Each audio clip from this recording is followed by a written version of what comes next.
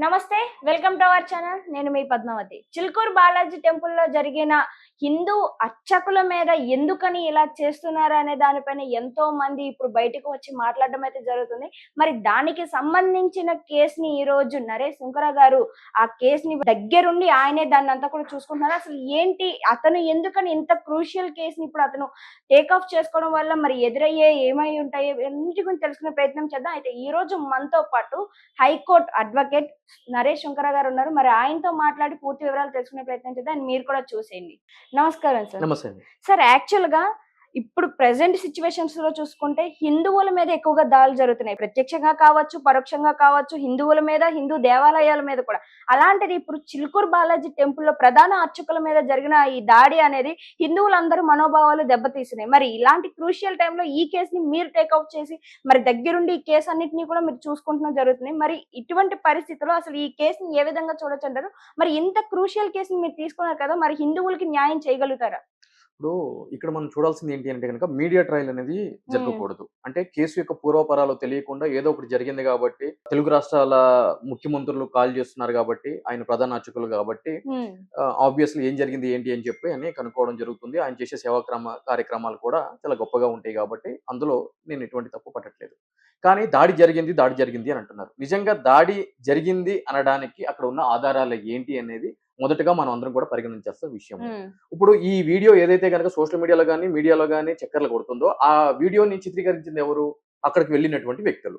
వాళ్ళే కదా ఫేస్‌బుక్ లోను వాళ్ళ యొక్క వెబ్‌సైట్ లో పెట్టుకుంటే దాన్ని డౌన్‌లోడ్ చేసుకునే కదా వీళ్ళందరూ చేస్తున్నారు. ఒక వ్యక్తి నిజంగా దాడి చేసేటువంటి ఆలోచన ఉన్న వ్యక్తి ఆ విధంగా వీడియోలు తీసి ఎక్కడైనా సరే అప్‌లోడ్ చేస్తాడంటారా?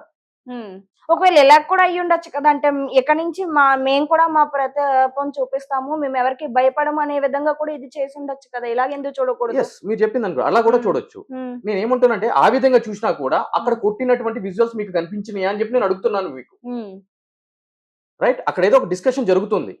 అంటే ఒక వంశం గురించి, ఒక హ్మ్. గోత్రం గురించి, హిందూ సాంప్రదాయాల గురించి, కాన్స్టిట్యూషన్ గురించి జరుగుతుంది. హ్మ్. సో, ఈ విధమైన డిస్కషన్‌లో అక్కడ ఆయన ప్రధాన అర్చకులకు కూడా రిప్లై అనేది ఇవ్వడం జరుగుతుంది. హ్మ్. సో, దానికి సంబంధించి 7వ తారీఖున ఇన్సిడెంట్ జరిగితే, అది 8వ తారీఖున సంబంధించిన పోలీసు వాళ్ళే ఆ మీడియా ద్వారా తెలుసుకొని, ఆయన దగ్గరికి వెళ్లి మీరెందుకు కంప్లెయింట్ ఇవ్వలేదు అని చెప్పి ఆయనతోటి కంప్లెయింట్ ఇప్పించుకొని కేసు రిజిస్టర్ చేసి సో, వీర రాఘవరెడ్డి గారిని అదేవిధంగా మిగిలిన అందరిని కూడా అరెస్ట్ చేయడం జరిగింది. కొంతమంది అరెస్ట్ చేయాల్సిన అవసరం ఉంది. సో, నేను ఈ కేసు టేకప్ చేయడానికి ప్రాథమికంగా ఏంటి అనంటే గనక, ఇక్కడ నేనేమంటాను అనంటే గనక, భారత రాజ్యాంగంలో చాప్టర్ 3లో రైట్ టు డిఫెండ్ అంటే ప్రతి ఒక్క వ్యక్తికి కూడా తనను తను డిఫెండ్ చేసుకునే ఫండమెంటల్ రైట్ ఉంది అని చెప్పి సుప్రీంకోర్టు వారు చెప్పడం జరిగింది. హ్మ్. సో, దీనికి సంబంధించి ఎంతో మంది న్యాయవాదుల్ని వాళ్ళు అప్రోచ్ అయితే గనక మేము చెయ్యము. ఇది సెంటిమెంటల్‌తో కూడుకున్న అంశము. మాకు ఇబ్బంది అయితది అని చెప్పి ఎవరు కూడా ముందుకు రాలేదు. అటువంటి పరిస్థితిలో నేను టేకప్ చేయాల్సిన పరిస్థితి ఏర్పడింది. సో, హ్మ్. దీనికి సంబంధించి నేను హైకోర్ట్‌లో ఒక క్వాష్ పిటిషన్ వేయడం జరిగింది. ఏదైతే గనక కింద మెజిస్ట్రేట్ వారు ఉన్నారో వాళ్ళు ఆ యొక్క నిందితుడిగా పిలువబడుతున్న వ్యక్తిని చల్లపల్లి జైలుకి పంపించడం జరిగింది. సో, ఆ పంపించడం అనేది తప్పు అని చెప్పి నేను హైకోర్ట్‌లో వేయడం జరిగింది. సో, దాని మీద ఈ రోజు వాదనలు కూడా ఉన్నాయి. దానికి సంబంధించి ఏం జరుగుతుంది అనంటే గనక ఈ రాఘవరెడ్డి గారిని పోలీసు వాళ్ళు శనివారం రోజు మధ్యాహ్నం 3:15 వాళ్ళ ఇంటి దగ్గర నుంచి తీసుకుని సీసీటీవీ ఫుటేజ్ లో కూడా ఉంది. ఓకే. నేను మీకు కూడా ప్రొవైడ్ చేస్తాను. అవసరం అయితే కనుక మీరు ప్లే చేయండి. హ్మ్. తీసుకుని వెళ్ళిపోతే వాళ్ళు ఆదివారం రోజు 5 గంటల తర్వాత సంబంధించిన మెజిస్ట్రేట్ వారి ముందు ప్రొడ్యూస్ చేయడం జరిగింది. హ్మ్. ఆయనకి ఇచ్చిన అరెస్ట్ మెమోలో ఏం చెప్పడం జరుగుతుంది? 10:30కి మేము అరెస్ట్ చేసామని చెప్పి చెప్పడం జరుగుతుంది. సో, అంటే 24 గంటల లోపు సంబంధించిన మెజిస్ట్రేట్ వారి ముందు ప్రొడ్యూస్ చేయాలని చెప్పినా కూడా, వాళ్ళు దాన్ని తుంగలోకి తొక్కి, ఈ విధంగా అక్రమంగా, అన్యాయంగా అరెస్ట్ చేయడం జరిగింది. హ్మ్. అదే విధంగా కావాలని చెప్పి కొన్ని సెక్షన్స్ అంటే లైఫ్ టైమ్ శిక్ష పడే సెక్షన్స్, అదే విధంగా ఈ నోటీస్ 41A CRPC అంటాం. 7 సంవత్సరాల లోపు శిక్ష పడే అవకాశాలుంటే అరెస్ట్ ఉండదు. కావాలని చెప్పి 7 సంవత్సరాలు పైబడిన సెక్షన్స్ పెట్టి అరెస్ట్ చేయడం జరిగింది. సో, అది కూడా చట్టానికి విరుద్ధంగా చేశారు అని చెప్పని నేను హైకోర్టులో వేయడం జరిగింది. గతంలో బండి సంజయ్ గారి మీద ఈ విధంగానే సెక్షన్స్ పెట్టినప్పుడు బెయిల్ బదులు హైకోర్టు వారు కింది కోర్టు జడ్జి వారు ఇచ్చిన రిమాండ్ ఆర్డర్ ని క్వాష్ చేయడం జరిగింది. అదేవిధంగా అల్లు అర్జున్ గారి కేసులో కూడా 482లో బెయిల్ ఇవ్వడం జరిగింది.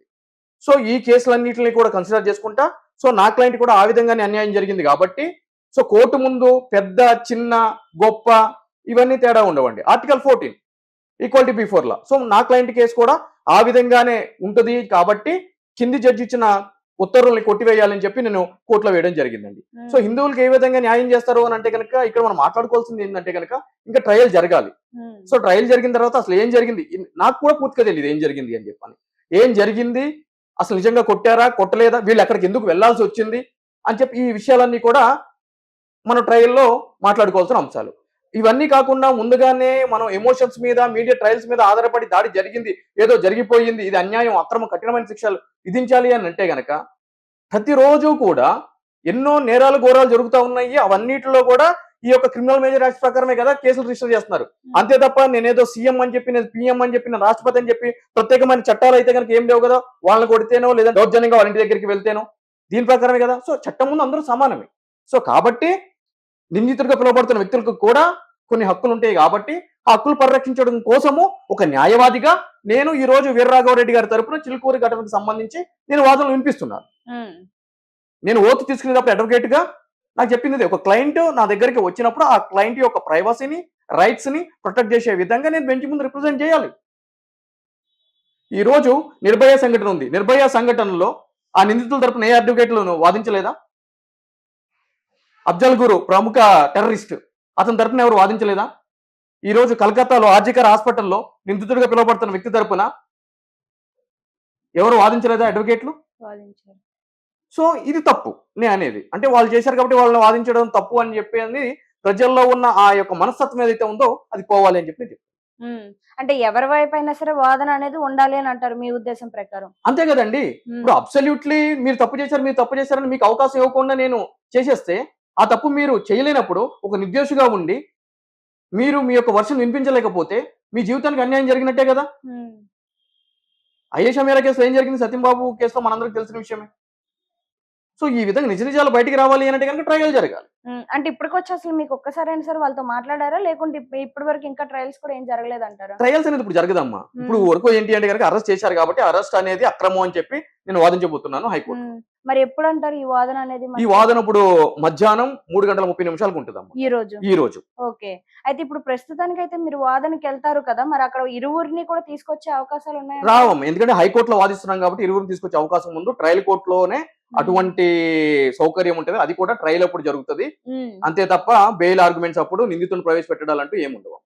సో ఇక్కడ ఏం జరుగుతుంది అని అంటే కనుక ఈ యొక్క పోలీసు వాళ్ళు చేసే విషయం ఏంటి అని అంటే కనుక ఇప్పుడు 1 డే డిలే జరిగింది.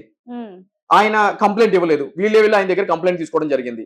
తీసుకున్న తర్వాత ఓన్లీ వీళ్ళందరినీ కూడా ఇంకా భవిష్యత్తులో ఇటువంటి కార్యక్రమాలకి దూరం చెయ్యాలి, ఇటువంటి వాటిని ఉక్కుపాదంతో మోపాలి అనే ఇంటెన్షన్ తోటి కొన్ని కఠినమైన సెక్షన్స్ అనేది పెట్టడం జరిగింది.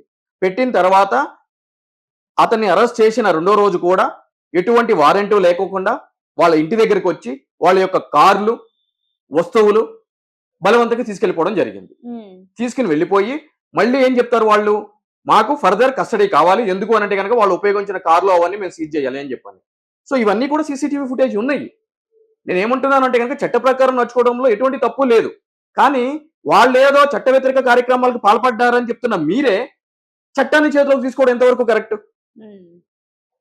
ఎటువంటి డ్యూ ప్రొసీజర్ ప్రాసెస్ ఫాలో కాకుండా మీరు ఈరోజు కార్లు బలవంతంగా తీసుకుని వెళ్ళిపోయి, వస్తువులు బలవంతంగా తీసుకుని వెళ్ళిపోయి, ఇంట్లో లేడీస్ ఉండగా కూడా వాళ్ళతో ర్యూడ్ గా బిహేవ్ చేసి, ఇవన్నీ సరైన పద్ధతి కాదు కదా అని చెప్పి నేను అంటున్నాను.